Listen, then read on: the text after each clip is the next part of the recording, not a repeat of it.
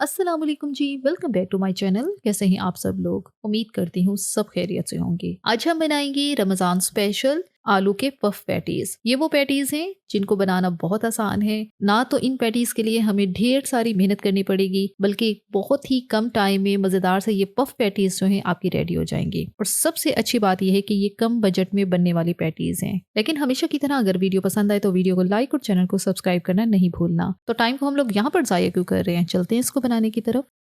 सबसे पहले जो है यहाँ पे हमने एक बॉल के अंदर लेना है 1 कप मैदा। साथ ही शामिल करेंगे हाफ टी स्पून नमक और हाफ टी स्पून अजवाइन। अजवाइन को पहले हथेली पे लेके हल्का सा क्रश करना है। फौरन से ही इसकी जो खुशबू है वो आना शुरू हो जाती है, आपने वो शामिल करनी है।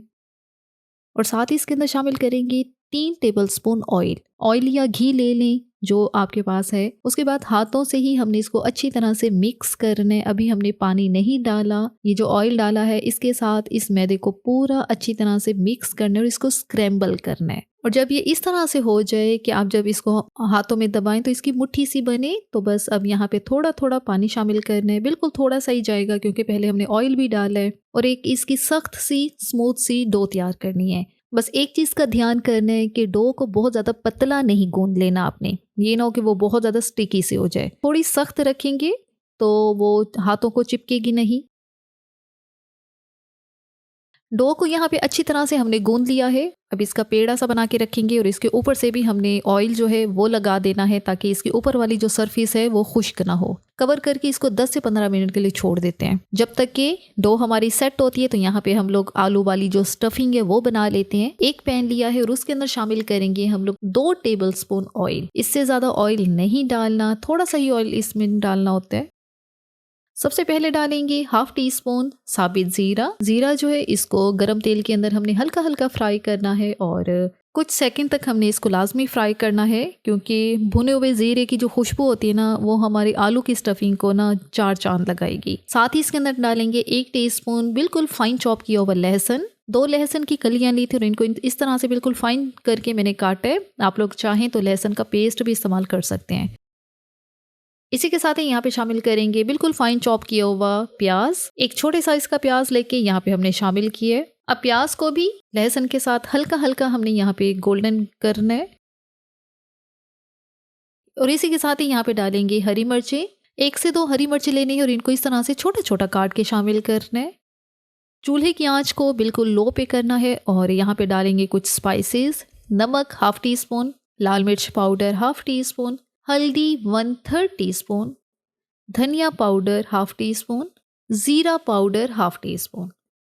बस यही मसाले जाएंगे इसके अंदर। अच्छी तरह से इसको मिक्स करें और चूल्हे की आंच आपके सामने है, काफ़ी कम है।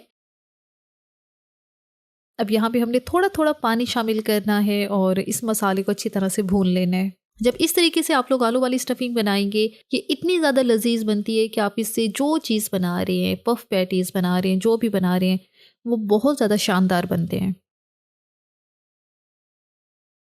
मसाले को अच्छी तरह से हमने भून लिया है और यहाँ पे शामिल करेंगे उबले हुए आलू। 2 दरमियाने साइज के आलू लिए थे, उनको मैंने बॉईल कर लिया था। थोड़ा सा फूड कलर डाला था ताकि इनका कलर अच्छा सा हो जाए। और यहाँ पे आलू को ऐसे ही मैंने शामिल किया है, ठंडे आलू हैं ये। अब यहाँ पे इस स्पैचुला की मदद से ही हम इसको हल्का हल्का सा मैश कर लेंगे। आप लोग चाहें तो पहले भी आलूओं को जो है मैश करके यहाँ पे डाल सकते हैं। मैं यहाँ पे इसलिए मैश कर रही हूँ क्योंकि थोड़े थोड़े अगर इसके छोटे चंक्स रहेंगे आलू के तो वो इन पफ पैटीज में बहुत अच्छे लगते हैं। थोड़े से मैश करने हैं, थोड़े से ऐसे ही चंक्स को आपने छोड़ देना है। जैसे जैसे आप दबा रहे हैं तो आलू जो है अच्छी तरह से मैश हो रहे हैं। तो बस जी अब हमने आलूओं को इतना ही मैश करना है और ये आपके सामने कुछ आलूओं के छोटे छोटे पीसेस वैसे ही छोड़ दिए मैंने।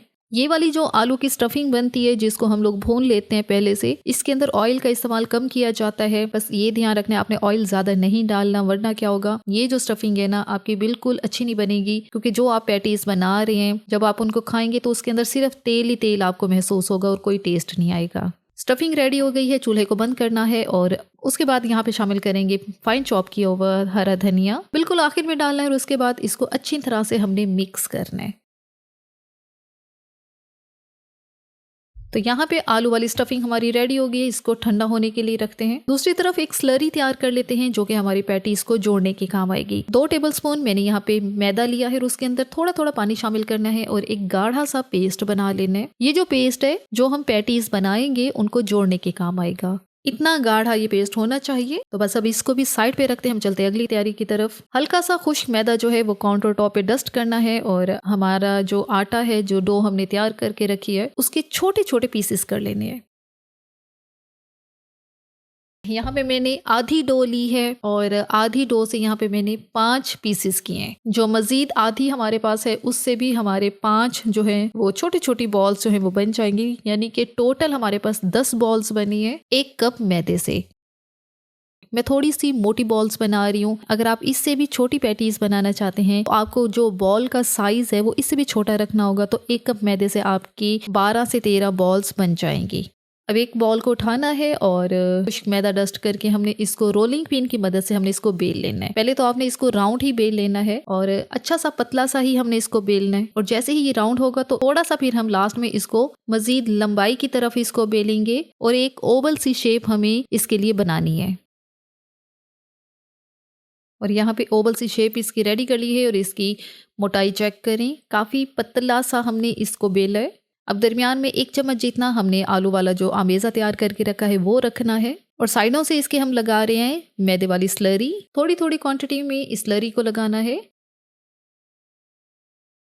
और इस तरह से इस पैटी को हमने फोल्ड करना है। पहले तो इसके जो साइडों वाले किनारे हैं उनको उठा के एक दूसरे के ऊपर इस तरह से रखना है और थोड़ा सा उंगलियों की मदद से प्रेस भी करना है ताकि इसके जो किनारे हैं बिल्कुल सील हो जाएं।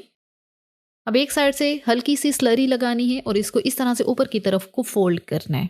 अब जो इसकी दूसरी साइड है इसको उलट करके यहाँ पे स्लरी लगा के अब इसको हम दूसरी साइड से फोल्ड करेंगे, क्योंकि अगर एक ही साइड पे हम लोग सारी लेयर्स फोल्ड कर देंगे तो क्या होगा कि जो हमारी अंदर आलू वाली स्टफिंग है वो बहुत नीचे रह जाएगी और उसके ऊपर जो मैदे वाली लेयर्स हैं वो 3 से 4 बन जाएंगी। तो फ्राई करते वक्त हो सकता है कि अंदर वाली लेयर जो है वो कच्ची रह जाए। तो आपने यूं करना है कि एक साइड को एक साइड से फोल्ड करना है और जो इसकी दूसरी साइड है उसको उलट करके ऑपोजिट साइड को फोल्ड करना है। तो इस तरह से जो आलू वाली स्टफिंग है बिल्कुल सेंटर में होगी और जब हम इसको फ्राई करेंगे तो ऊपर नीचे से बहुत अच्छी तरह से हर लेयर फ्राई होगी। और यहाँ पे हमने सारी पैटीज जो हैं तैयार कर ली हैं। एक ही साइज की यहाँ पे मेरे पास 10 पैटीज बनी हैं। अब अगला स्टेप इनको फ्राई करने का है। फ्राई करने के लिए ऑयल जो है हमने मीडियम फ्लेम पे गरम कर लिया है। अब ये जो पैटीज हैं हमने इनको हल्के गरम तेल के अंदर फ्राई करना है। आपने ध्यान से सुनना है, मैंने यही कहा है कि आपने इनको हल्के गरम तेल के अंदर फ्राई करना है। अगर आपका जो तेल है ज्यादा गर्म होगा तब क्या होगा, हम इनको डालेंगे तो फौरन साथ ही इनके ऊपर वाली लेयर ब्राउन हो जाएगी और अंदर से पैटीज हमारी जो है वो कच्ची रह जाएंगी, क्योंकि जाहिर है मैदे की लेयर्स जो है डबल ट्रिपल करके है। तो आपने इनको हल्के गरम तेल में फ्राई करने से ये होगा आहिस्ता आहिस्ता इनकी अंदर वाली लेयर्स तक जो है वो हीट जाएगी और वो अंदर से ही पकना शुरू हो जाएंगी और ऊपर से भी इनका कलर इतनी जल्दी ब्राउन नहीं होगा। जैसे स्पेस बनती जा रही है तो मैं इसके अंदर जो बाकी पैटीज हैं मैंने शामिल की हैं और यहाँ पे चेक करें ऑयल का टेम्परेचर, इसके बबल से ही आपको अंदाजा हो जाएगा कि कितना है। रेगुलर टाइम से इनकी साइड्स को चेंज करते रहें। जो पैटीज आपने पहले शामिल की हैं उनको जाहिर है वो जल्दी पक जाएंगे तो आपने उनको पहले ही ऑयल से बाहर निकालना है। जो आप बाद में शामिल करें उनको जाहिर है थोड़ा ज़्यादा टाइम लगेगा। टोटल इनको फ्राई करने का जो टाइम है तकरीबन 8 से 10 मिनट लगेंगे और आपकी ये जो पफ पैटीज हैं बहुत अच्छी तरह से रेडी हो जाएंगी।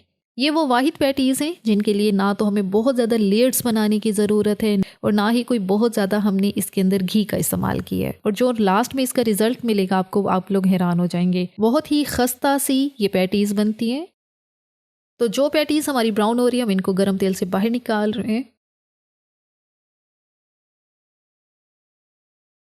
और यहाँ पर हमारी गर्मा गर्म मज़ेदार सी आलू की पफ पैटीज जो हैं रेडी हो गई हैं। और इनका खस्तापन चेक करें, इनकी लुक से ही आपको आइडिया हो जाएगा कि हमारी ये जो पैटीज हैं ये कितनी ज़्यादा खस्ता बनी है और कितनी अच्छी तरह से ये फ्राई हुई हैं। मज़ेदार से ये पफ पैटीज जो हैं परफेक्ट हैं आपके इफ्तार के लिए या इफ्तार के अलावा भी जब कभी आपके घर में कोई टी पार्टी हो रही है, शाम की चाय के साथ आप इनको बनाना चाहें, बहुत ज़्यादा मज़े की लगती हैं। और सबसे अच्छी बात यह है कि ये स्नैक्स हमारे कम बजट में तैयार होने वाले हैं। और यहाँ पे एक पैटी मैं आपको चेक भी करवाती हूँ, चेक करें। मुझे उम्मीद है मेरे तोड़ने से आपको आइडिया हो जाएगा कि ये इसकी ऊपर वाली लेयर कितनी खस्ता है। क्रिस्पी, खस्ता सी और मज़ेदार से अंदर से ये हमारी पफ पैटीज जो हैं रेडी हो गई हैं। आप इनको सर्व करें पुदीने और दही वाले रायते के साथ। मज़ेदार सा कॉम्बिनेशन भी इनका उसी के साथ ही बनता है। इसी के साथ ही यहाँ पे वीडियो का इख्तिताम करते हैं। अगर आपको हमारी ये वीडियो अच्छी लगी है तो अपने चैनल को लाजमी सब्सक्राइब करना है, वीडियो को लाइक और शेयर भी ज़रूर करना है। Thanks for watching the video.